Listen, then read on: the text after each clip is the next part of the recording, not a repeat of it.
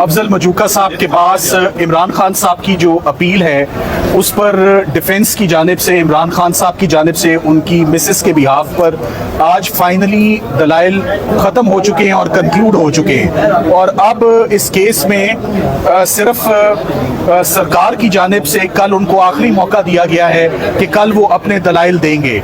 आज जब हम कोर्ट में आए तो सबसे पहले मुनासिब समझा कि ख़वातीन को भी, जो कि बहुत सारी ख़वातीन थी जिनको कोर्ट के अंदर आने नहीं दिया गया, ख़वातीन को नहीं रोकना चाहिए। फिर इसी वजह से आप देखें कि यूनाइटेड नेशंस भी मजबूर होती है कि ह्यूमन राइट्स की वायलेशन है, ख़वातीन की आवाज़ को सुप्रेस नहीं करना चाहिए।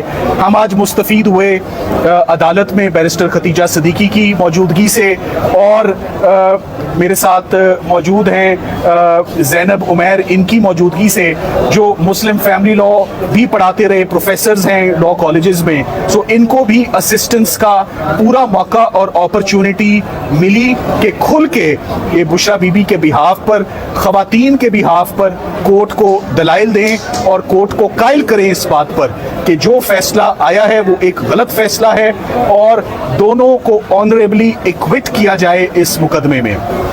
अगर आप पूछें कि लुब्बे लुबाब क्या है आज के तमाम दलाइल का, तो 5-6 बातों से बात आगे नहीं जाती।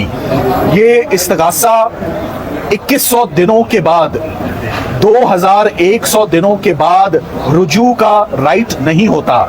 हमारे मजहब, हमारी सोसाइटी में 3 तलाकें लिखी हुई ठंडे मीठे पेन के साथ फाइनलिटी अटेन करती हैं और वो फाइनल कंसिडर की जाती हैं, उसमें रुजू का राइट या गुंजाइश नहीं बचती।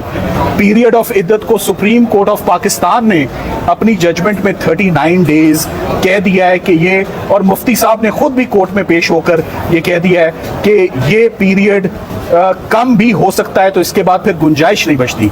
सबसे बड़ा जो ब्लो इस्तगासे को जाता है ख़ाबर मानिका साहब के केस को, कि पूरे का पूरा केस एक डिवोर्स सर्टिफिकेट से दिन गिने जा रहे हैं, और जो दिन गिने जा रहे हैं उसके ऊपर जो तारीख लिखी हुई है, वो डेट भी और वो महीना भी, उसके ऊपर टेम्परिंग है, उसके ऊपर इंटरपोलेशन है, उसके ऊपर फजिंग है। वो डॉक्यूमेंट एक अनसेफ डॉक्यूमेंट है और एक क्वेश्चनेबल डॉक्यूमेंट है। सो जो तलाक की तारीख ही डाउटफुल हो गई तो पूरे का पूरा केस डाउटफुल हो गया। ये जज साहब ने खुद भी फरमाया कि 40 मिनट से ऊपर का केस नहीं है। ये तो फैसला आएगा तो हमें पता लगेगा कि इससे मुस्तफीद कौन होता है, इससे डिफेंस होती है या इससे सरकार मुस्तफीद होती है। मगर हमें ये याद है कि ये 3 दिन में किया गया ये वही ट्रायल है जो तोशा खाना और साइफर के साथ रात 11 बजे तक जिसकी प्रोसीडिंग्स आई, और 1, 2 और 3 फरवरी को ये ट्रायल कंक्लूड हो गया। आज अपने दलाइल में ख़वातीन ने बहुत पुरजोर तरीके से इस बात पर जोर दिया कि पाकिस्तान में ख़वातीन जिनके साथ मिसहैप खुदा न खास्ता हो जाते हैं और दूसरी दफ़ा शादी के लिए घर वाले ख्वाहिशमंद होते हैं, जब ऐसी प्रोसिक्यूशंस होंगी तो फिर क्या इंजाम होगा हमारी सोसाइटी का। सो पाकिस्तान की तमाम ख़वातीन जज साहब की तरफ देख रही हैं, उम्मीद करते हैं कि वो इंसाफ करेंगे और ये कंट्रोवर्शियल केस और ये एक बदनुमा दाग और बेहुदा केस जिसे हम कहेंगे, जो बरकरार इतने दिन से इसमें सजा बरकरार जो है, इसको एट द अर्लीस्ट इसको ख़त्म किया जाए, क्योंकि आपके ये एक्विजिशंस किसी भी खातून पर हों, मगर इस केस में प्राइम मिनिस्टर लेवल तक, प्राइम मिनिस्टर हाउस पर आपके ये एक्विजिशंस जा रहे हैं। बिलो द बेल्ट ये बातें, नामुनासिब बातें, ये केसेस कभी अदालतों में आने ही नहीं चाहिए।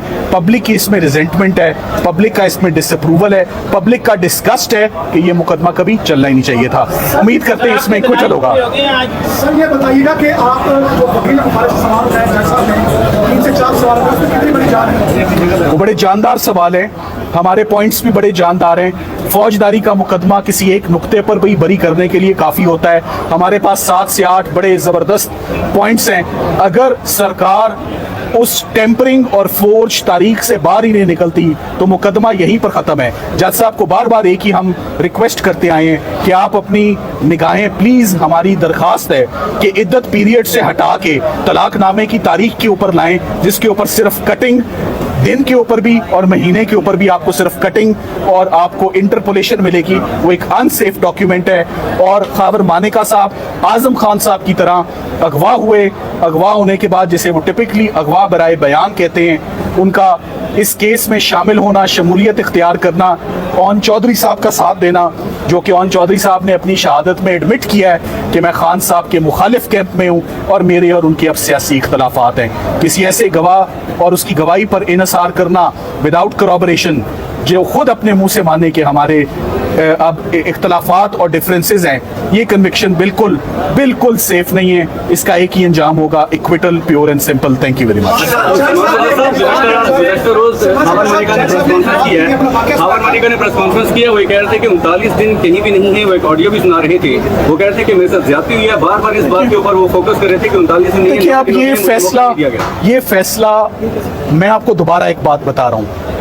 मैंने जज साहब को 2-3 दफा अपनी गुजारिशात में रिक्वेस्ट की है कि मैं पीरियड ऑफ इद्दत पर बात किए बगैर, उनको डिस्कस किए बगैर ये केस बनता ही नहीं है।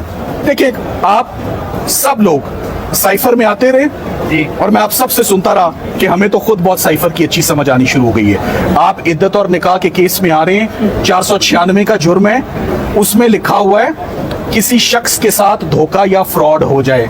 किसके साथ फ्रॉड हुआ है?